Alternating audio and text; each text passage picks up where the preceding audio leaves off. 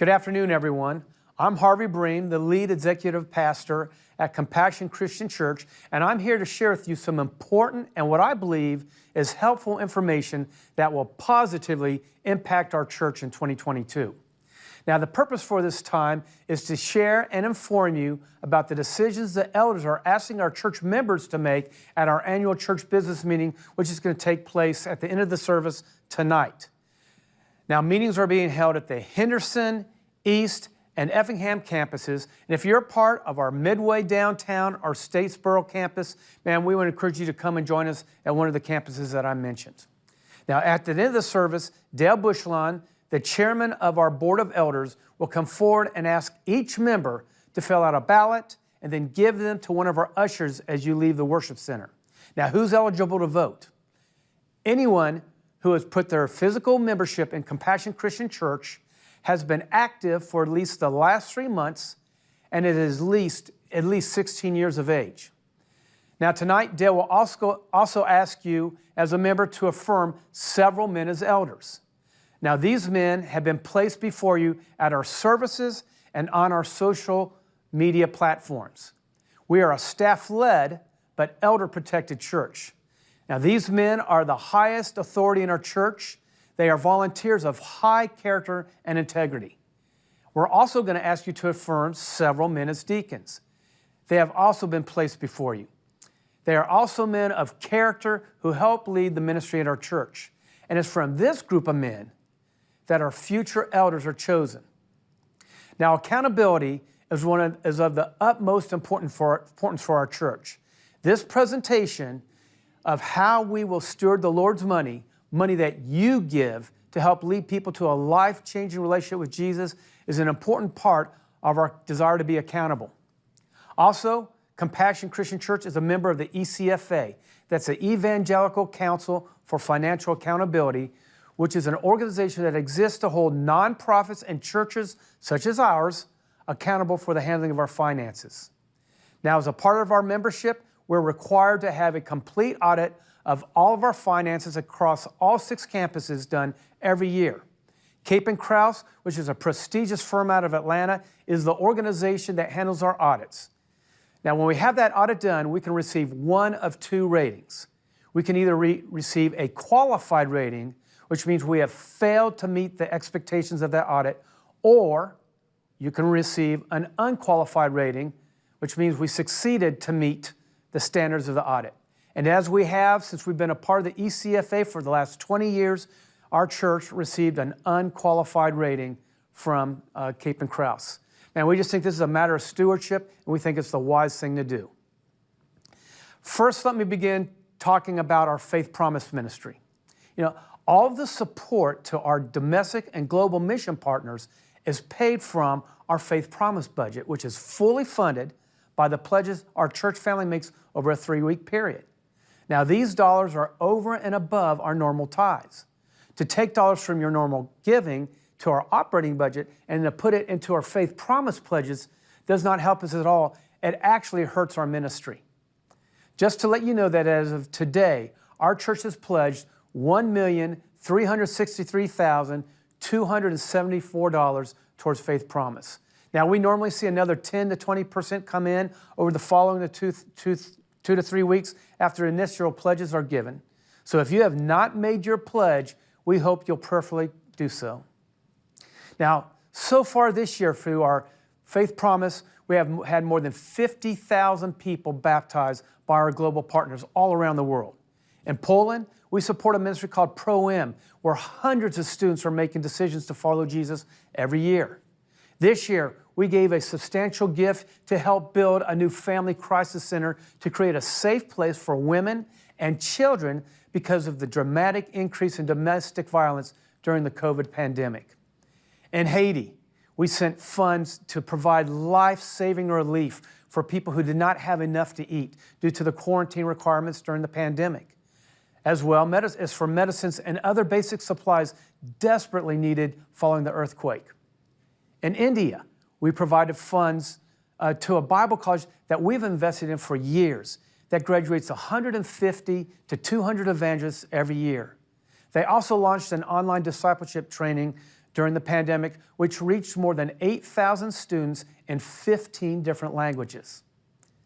Now, we also supported the purchase of an oxygen generator for Central India Christian Missions Hospital to provide desperately needed oxygen during the worst of the pandemic to an area that is home to more than 500,000 people.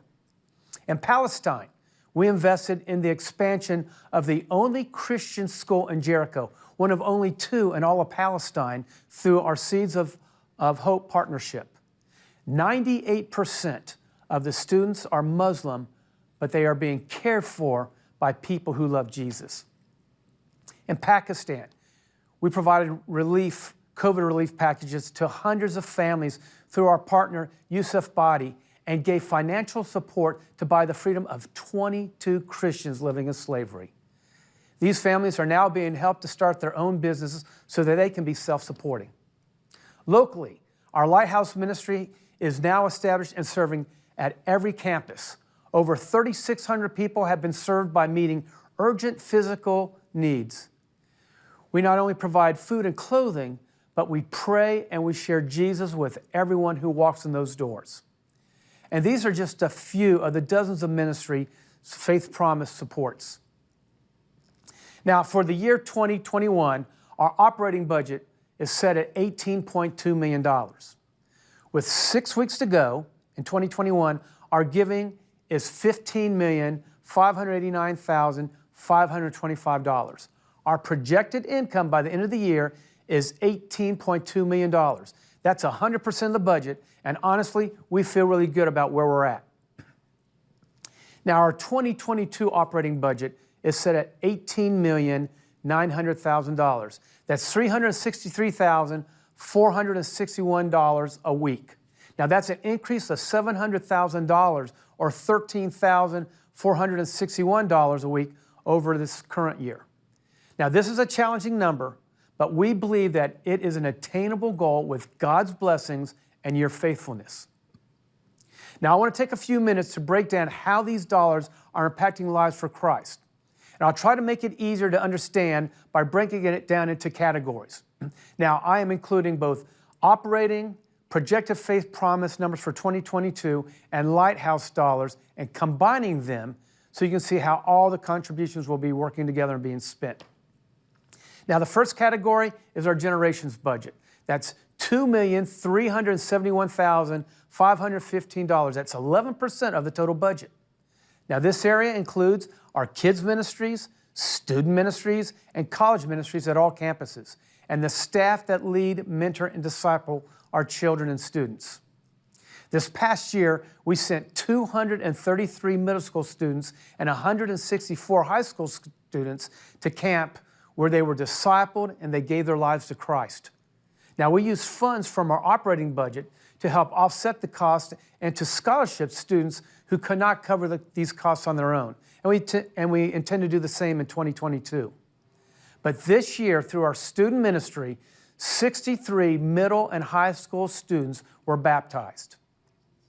We also had 318 kids across all 6 campuses attend kids camp. And that camp was put on by our church for the first time this past year. And we plan to do the same next year. This year, 59 kids were baptized into Jesus through our kids ministry. The second category is our worship experience budget. Now, we have $2,841,000. That's 14% of the budget that's going in this area. Again, this includes music ministries at every campus, creative content, social media, Facebook, our website, our app, amongst other things. Now, this involves all of our weekend services where we witnessed 286 people baptized into Jesus this year. It also includes At the Movies, which is a sermon series that helps draw many people and new visitors to our church. We also had over 15,000 people attend Easter service at Compassion Christian in 2021. Now, our production ministry, which allows us to send our messages to all of our campuses online with excellence, is a part of this.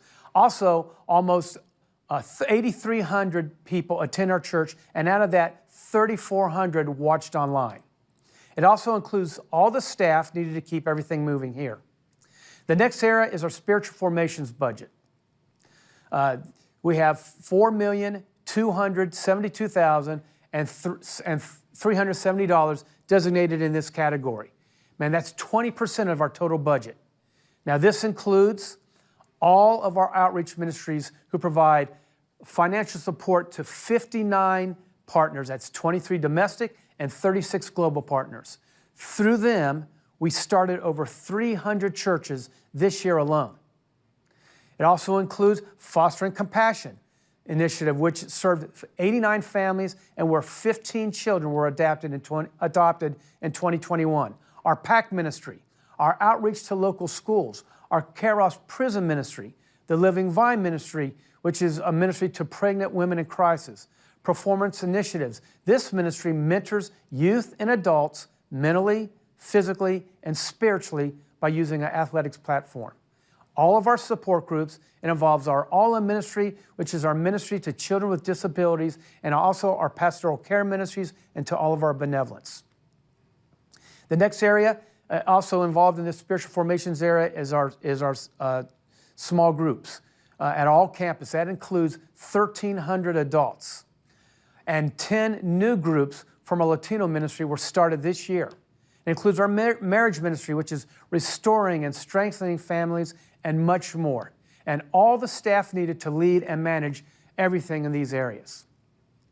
Next is our leadership budget, which is $3,606,719. That's 17% of the total budget. This includes all of our central services, such as our executive office, the regional campus pastors, and the main budgets for all of our campuses. It also includes our emergency reserve fund. We also pay for all of our staff and volunteer training and leadership development from this category. It also covers all the people needed to oversee these areas. The next area is our operations budget. That's $5,400,413. Now that's 26% of our budget. This area includes our human resource department, our financial services, all of our facilities, our IT department, utilities in 13 buildings. That's over 430,000 square feet and 111 acres on 6 campuses. The cost of ensuring all of our property, buildings, our liability insurance, facility upkeep, as several of our buildings are aging, property upkeep, and the team that helps to oversee this huge responsibility. Next is debt retirement. This next year, we are designating $1.9 million towards debt retirement. That's 9% of our total budget. We believe it's good stewardship to pay off the debt as soon as possible. Now, our current facilities are valued at a little over $90 million at all of our campuses, and our debt is just a little over $13 million. The last of all is our Future Visions Initiative. We've designated $562,500. That's 3% of our total budget. Now, we put a small portion of the budget to cover future ministry opportunities, such as future regional campuses or other potential initiatives that will allow us to have a major kingdom impact.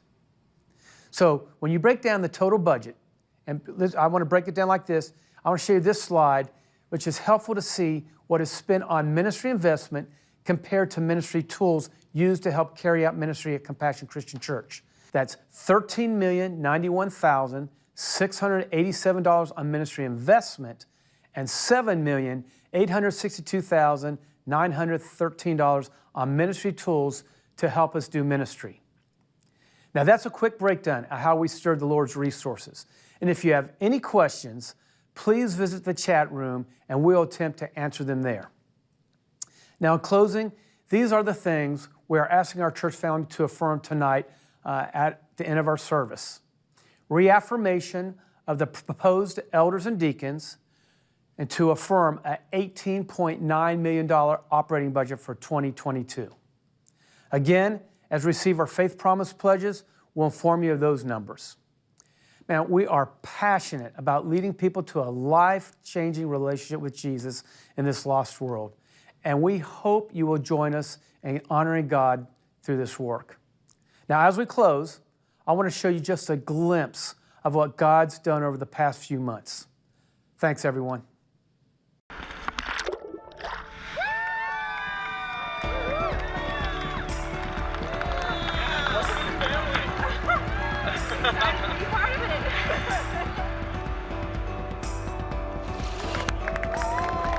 Ready? I'm ready. Yes. It was just something inside me that just said, you need to do it. You need to go now. And I had to, any other time I just sort of brush it off and say I got things to do. But today it was just like so real. And I'm like, well, I'm going to do it. Today I fully gave my life to him and started my new life, fully committed to him. Hey guys, I'm here with Cynthia. It's actually a super cool story. I didn't know where to go to be baptized. And so I've been saying prayers and like, please, let me know where I can be baptized. So this morning I came to the church. I thought I'd just do the service before I go home. And he mentioned, did you want to be baptized? Come down to the ocean this afternoon. So I couldn't believe it. I thought, wow, that's precious.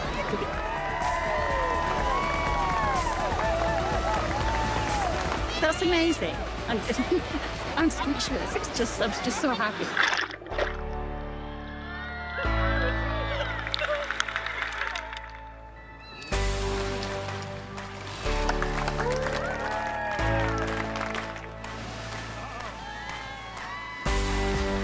Here we go, yeah. You know, we publicly declared it, so you can't just hide. Now we have to go proclaim what we believe and why we believe it. I feel like I'm gonna strive harder to do what I know is right and to do what I know pleases him. I want them to know that, first of all, Jesus is real. And to serve him means to love him. And to love him means to keep his commandments. My life is different now. I feel as though I'm walking down a road now. My life is different. I just want to serve him. I just want to just be everything he wants me to be. And I just pray that he'll just lead me to where he wants me to be. I've changed.